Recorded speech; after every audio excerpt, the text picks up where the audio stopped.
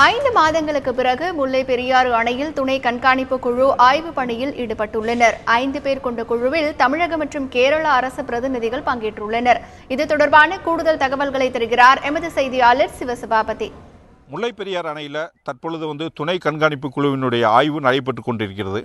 5 மாதத்திற்கு பின்னாடி இந்த ஆய்வானது தற்பொழுது நடைபெறுகிறது.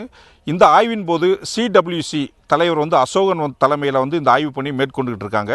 அசோகன் தற்பொழுது இந்த துணை கண்காணிப்பு குழுவுக்கு புதிதாக பதவியேற்றிருக்கும் தலைவராகவே கருதப்படுகிறார். மேலும் பார்த்தீங்கன்னா இந்த ஆய்வின் போது தமிழக அரசினுடைய பிரதிநிதிகளும் கேரள அரசு பிரதிநிதிகளும் கலந்துக்கிட்டு இருக்காங்க. இவங்க தற்பொழுது பேபி அணை, மெயின் அணை, சட்டர் பகுதியில் ஆய்வு பண்ணிகிட்டு இருக்காங்க. சட்டர் பகுதியில் சட்டர் சரியான முறையில் இயங்குதா அப்படிங்கிறதையும் ஆய்வு பண்ணிகிட்டு இருக்காங்க.